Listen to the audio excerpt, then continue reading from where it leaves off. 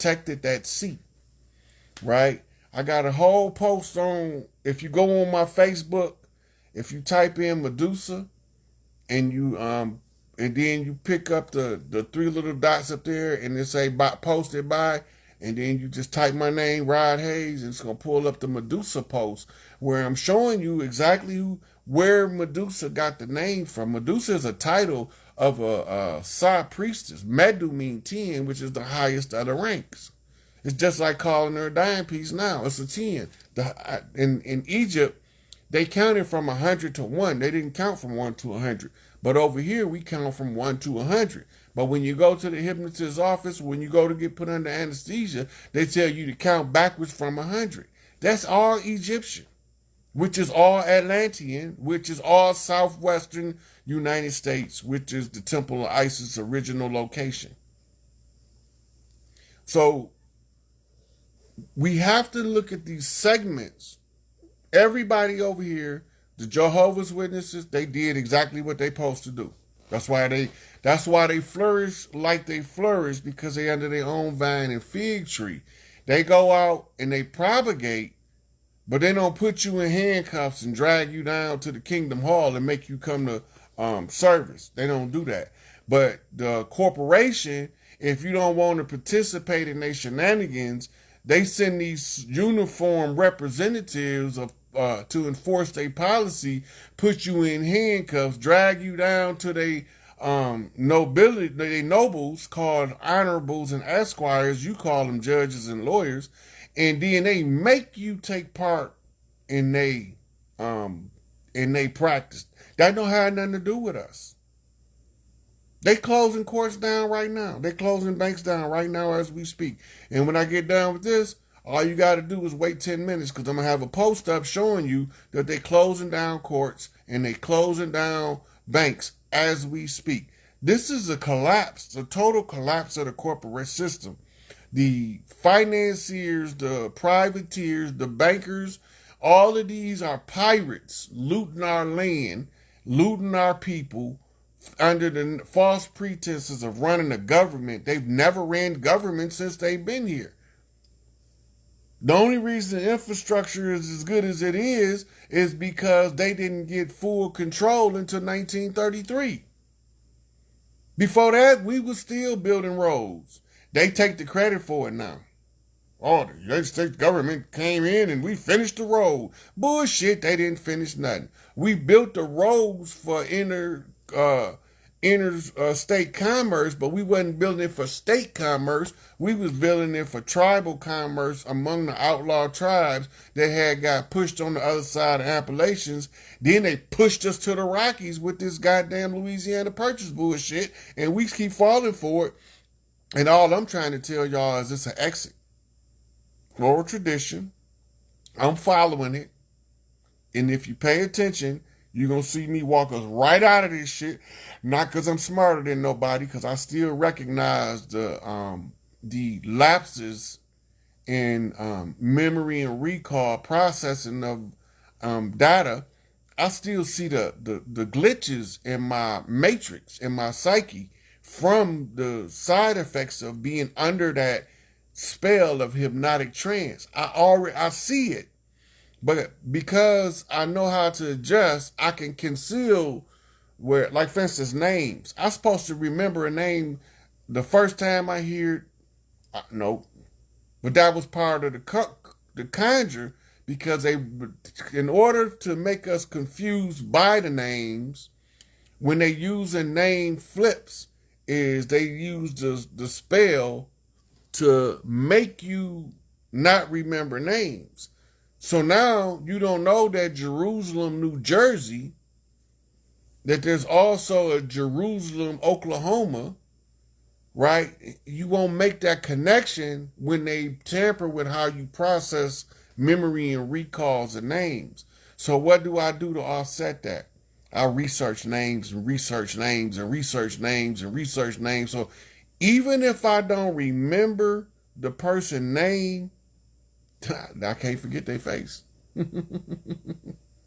I'll just be like, don't I know you? Yeah, I talked to you 4 hours the other day. What's your name? Oh, yeah, I remember now.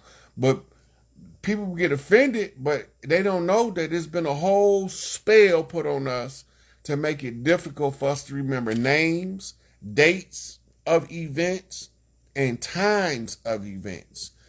We'll look back in the memory and we'll be like, oh, JFK got shot like 9 o'clock in the morning. No, it wasn't. It was 3 o'clock in the afternoon. No, it wasn't. It was 9:30 at night. We can't remember what time it was, but we can realize that we can go back now and pull that information up. If you have a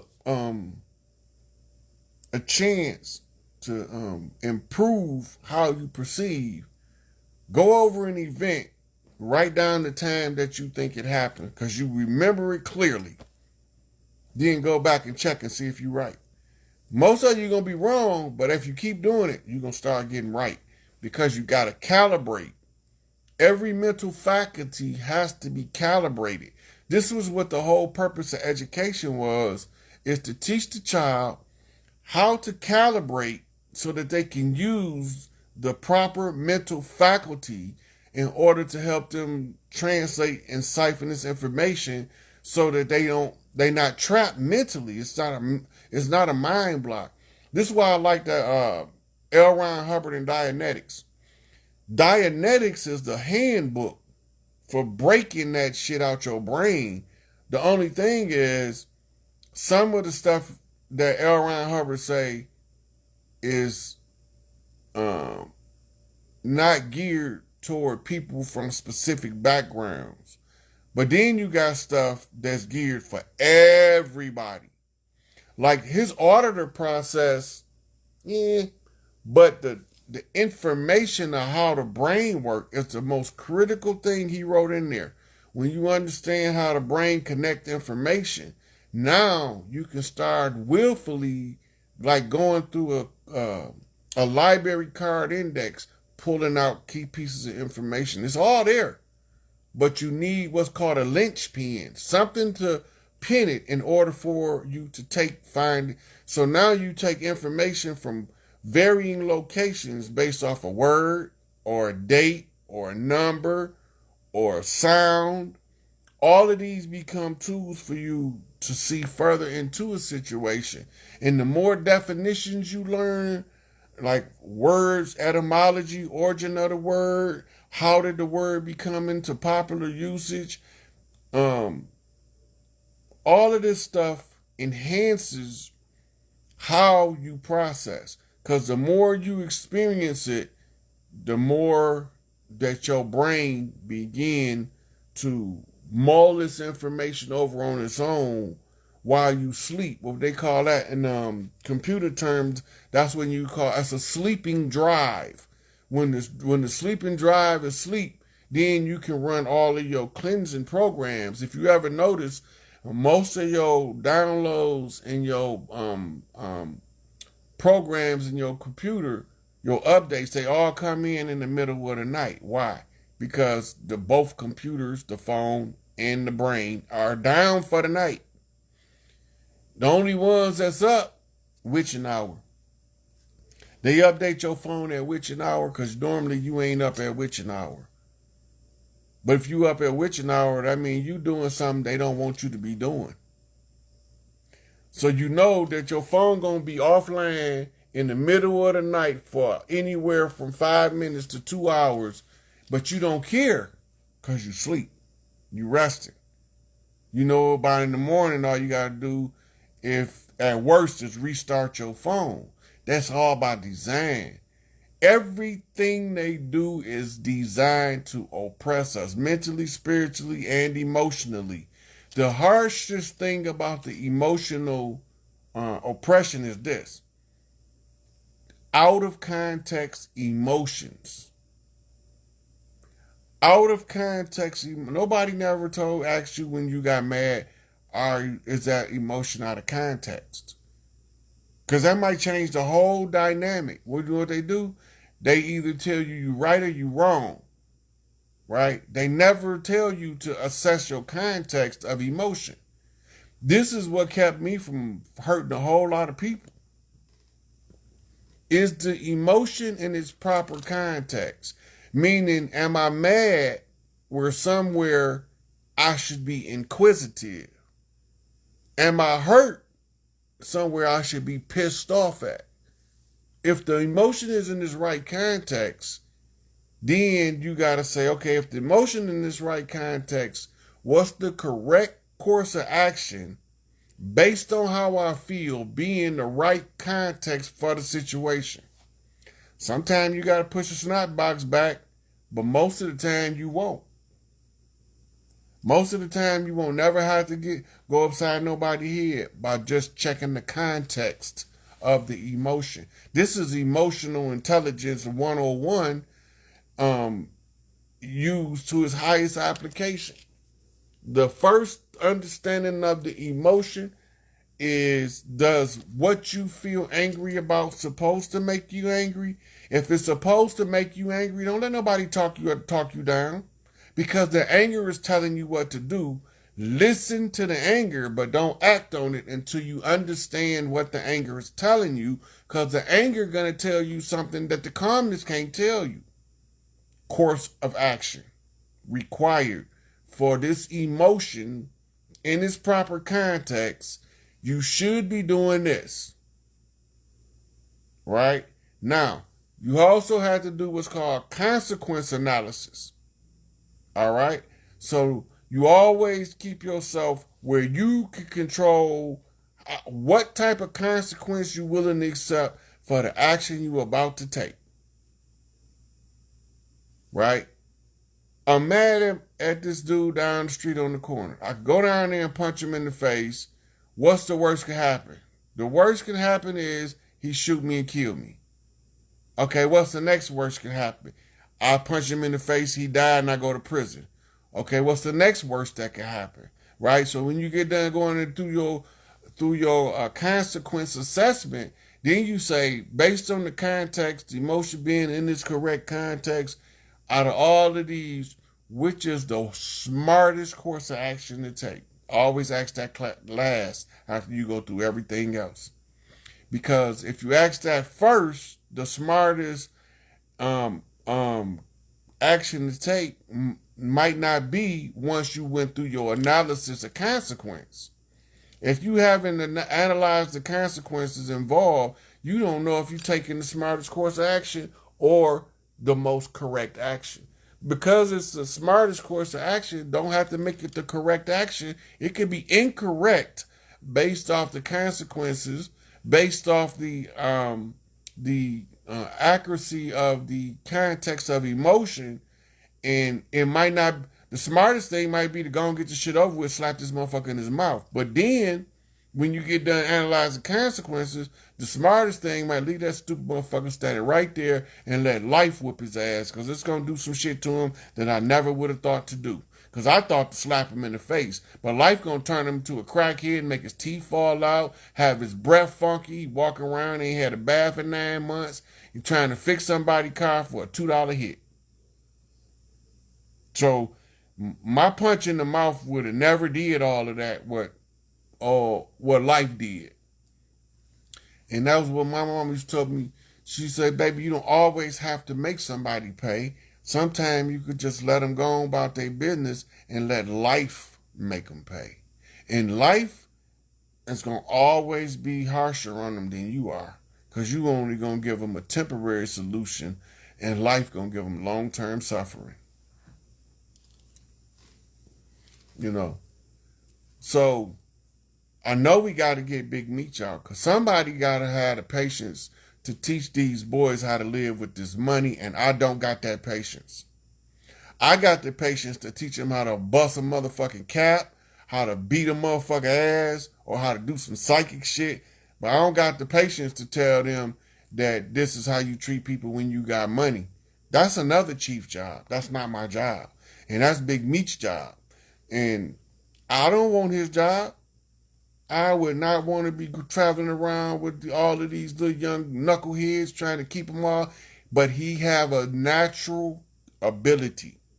If it's a natural ability, that's his job. That means nature gave him that ability. He didn't just say, okay, I feel like I'm going to do this, so this is what I'm going to do. No. That's a talent that only nature can give. Can't nobody teach these boys how to walk around filthy rich. without making them become an asshole better than Big Meech.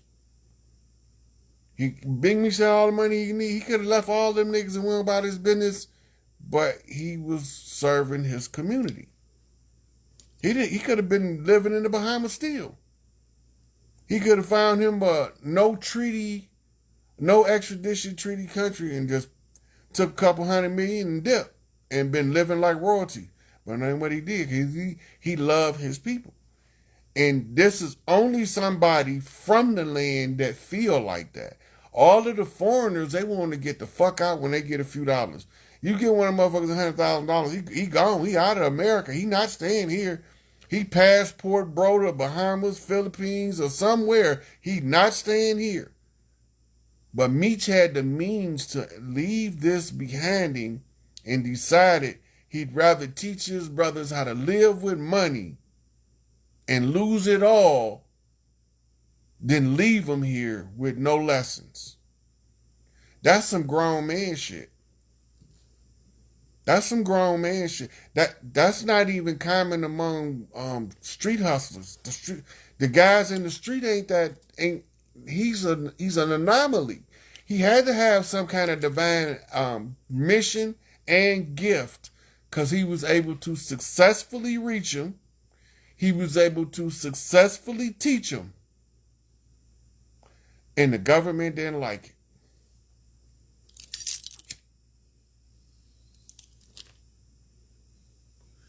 The reason the government didn't like it, because it was working. It was working. Any one of us that do something that help a mass of us, they coming.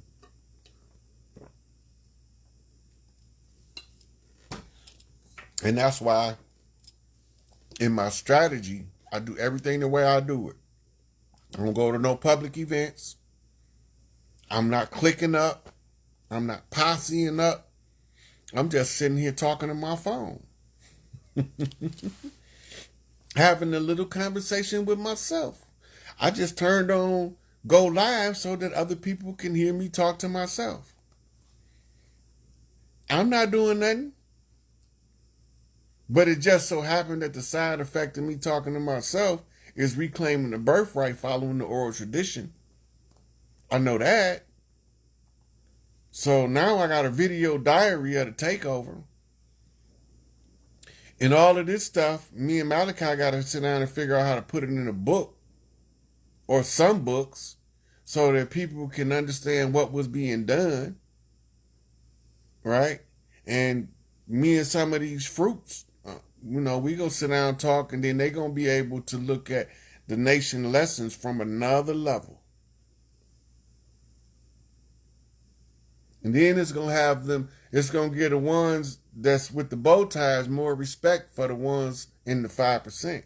Because everybody not supposed to be the same level of morally correct. Or else you would not be able to see yourself climbing through different schools of thought, becoming something better than you was when you started. Right? And I love my peace stones. I don't know why we was so feuding so much. Man, I love them stones. Because when Angel Bay around, you got a whole nother caliber of stone than when he ain't. When Angel Bay is present, just who he is, it like massages the manhood in his soldiers, and it erases all signs of fear. Them stones don't bullshit. When you go to Chicago, you go to Motown, you hear them talking about stone running. They mean that shit. They mean that shit. Look, GDs is ambassadors. We go around and we supposed to be making peace treaties everywhere we go. We ambassadors by tribal right. Stones, soldiers. Them the ones supposed to be protecting the community. But we got these motherfucking boys in blue from the Fraternal Order of Police masquerading as our tribal security. You can't have tribal security when you got an outside force, because they gonna dismantle that shit. It don't mean that it's going to erase his birthright to enforce the law of the land on the land. That birthright's still present. That's why they won't let him out. But he gonna come out. All of them. All of them. All of them. Look, Dale Jones, they tell us, I think they say he died from cancer or heart attack or something. Whatever it is, they kill him. They was gonna do him like they did Mumia. But the war correspondent Dale Jones started writing books, and they didn't want him writing books from prison where he got more time to study. Get rid of that nigga. That nigga too